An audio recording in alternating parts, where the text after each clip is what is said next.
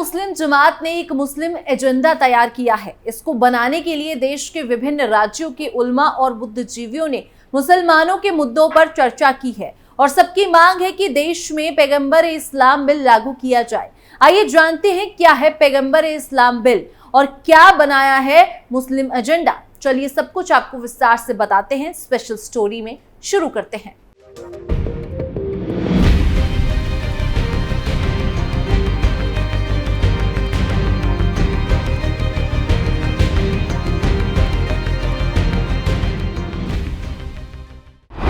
मुस्लिमों ने बनाया मुस्लिम एजेंडा।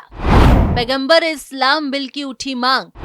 क्या है पैगंबर इस्लाम बिल? नमस्कार, आप देख रहे हैं कैपिटल टीवी उत्तर प्रदेश और मैं हूं आपके साथ पारुल त्रिपाठी। बरेली में आला हजरत के 106वें उर्से रजवी के पहले दिन ऑल इंडिया मुस्लिम जमात के हेड ऑफिस पर एक मीटिंग हुई है, जिसमें देश के विभिन्न राज्यों से आए उलमा और बुद्धिजीवियों ने मुसलमानों के मुद्दों पर चर्चा की और एक मुस्लिम एजेंडा तैयार किया है और पैगंबर इस्लाम बिल लागू करने की मांग की है। आइए जानते हैं क्या है पूरा मामला। क्या है पैगंबर इस्लाम बिल? मौलाना शहाबुद्दीन रजवी बरेलवी ने सरकार और राजनीतिक पार्टियों को चेतावनी देते हुए कहा कि अक्सर कोई न कोई व्यक्ति पैगंबर इस्लाम की शान में गुस्ताखी करता है, मगर सभी लोग खामोश होकर तमाशाही बने रहते हैं। कोई कार्रवाई नहीं होती, इसीलिए संसद या विधानसभाओं में पैगंबर इस्लाम बिल लाया जाए ताकि फिर कोई व्यक्ति उनकी शान में गुस्ताखी ना कर सके।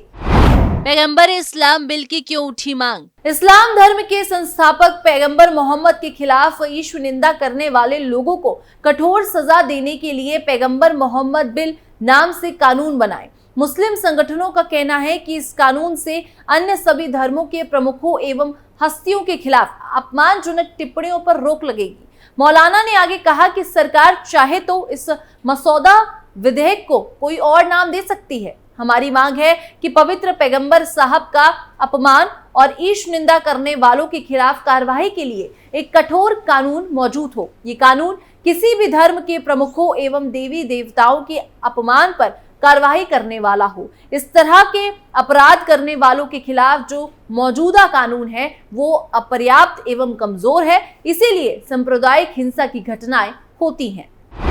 अब जान लेते हैं मुस्लिम एजेंडा की मुख्य बातें। मौलाना शहाबुद्दीन रजवी बरेलवी ने जो मुस्लिम एजेंडा जारी किया है उसकी कुछ मुख्य बातें हैं कि मुसलमानों को शिक्षा, बिजनेस और परिवार पर ध्यान देने की सलाह दी। उन्होंने कहा कि मुसलमानों को समाज में फैल रही बुराइयों पर रोकथाम करनी चाहिए और लड़कियों के लिए अलग से स्कूल और कॉलेज खोलने चाहिए।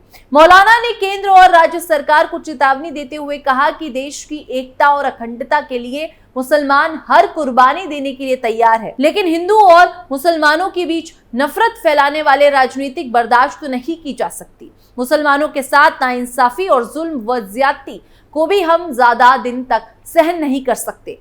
सरकारों व राजनीतिक पार्टियों को इस पर गंभीरता से काम करना होगा और मुसलमानों के प्रति अपने आचरण में बदलाव लाना होगा। उन्होंने वक्फ संशोधन बिल का समर्थन किया और कहा कि वक्फ संपत्ति का रखरखाव और उससे होने वाली आमदनी गरीब और कमजोर मुसलमानों पर खर्च की जानी चाहिए।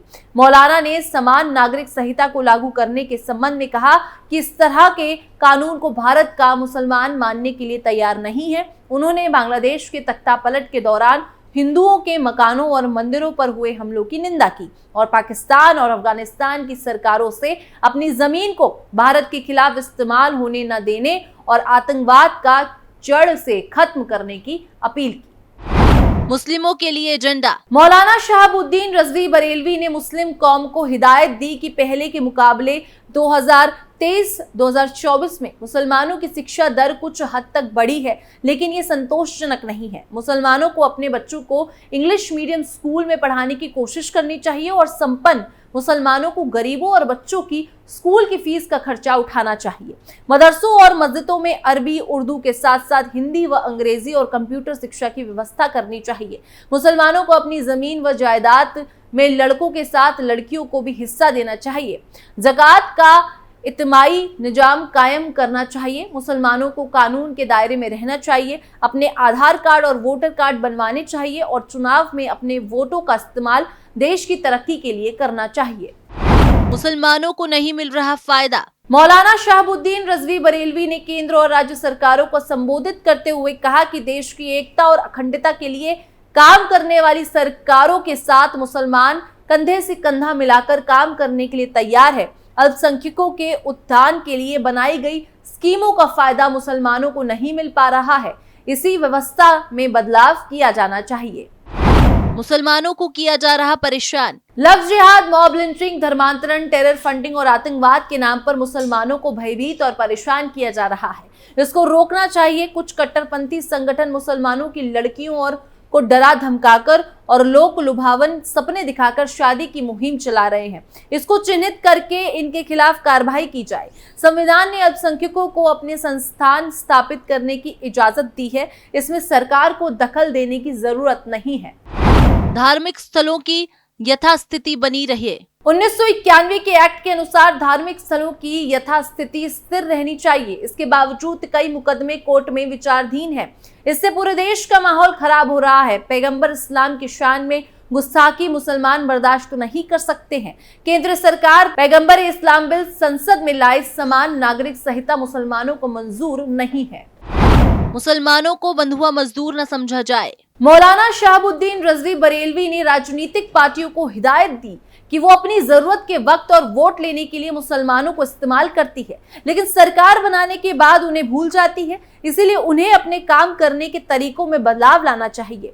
मुसलमान किसी एक राजनीतिक पार्टी का गुलाम नहीं है। इसीलिए राजनीतिक पार्टियों और उनके नेताओं को मुसलमानों को बंधुआ मजदूर न समझे। जो पार्टी मुसलमानों के लिए काम करेगी, मुसलमानों के मुद्दे और उनके अधिकारों पर ध्यान देगी, मुसलमान उनके साथ खड़ा होगा। राजनीतिक पार्टियों को मुसलमानों की बात सुननी चाहिए और उनके हितों का ध्यान रखना चाहिए। इसी के साथ आपको बता दें कि 2021 में भी यह मुद्दा उठ चुका है।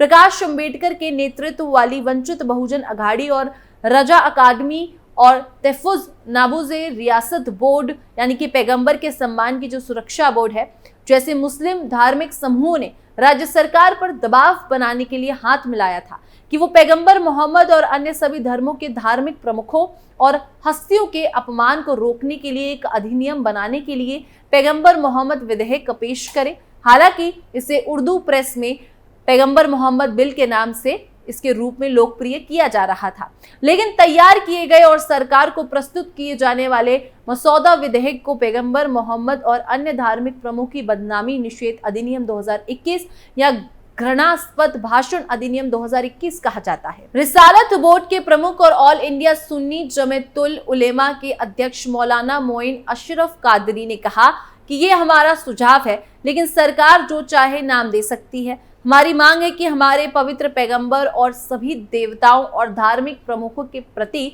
निंदा, उपहास और अपमान को रोकने के लिए एक मजबूत कानून होना चाहिए।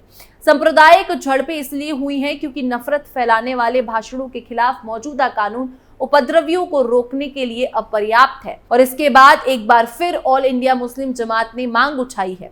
इस मुस्लिम एजेंडा पर आपकी क्या राय है, हमें कमेंट सेक्शन पर जरूर बताएं। बाकी देश और दुनिया की तमाम खबरों के लिए आप देखते रहिए capital TV Uttar Pradesh.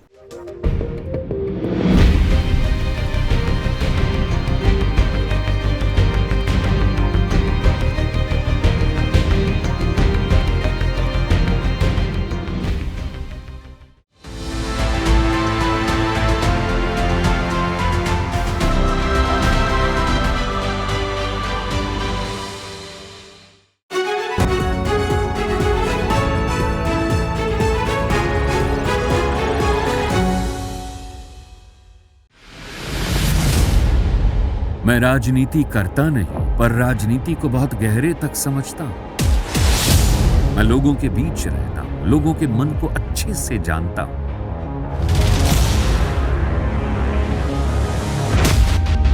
Public और पॉलिटिक्स की हर नब्ज को खूब पहचानता हूं।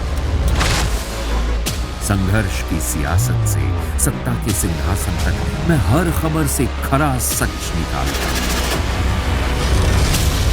ना कोई दौड़, ना कोई race. Capital TV Uttar Pradesh.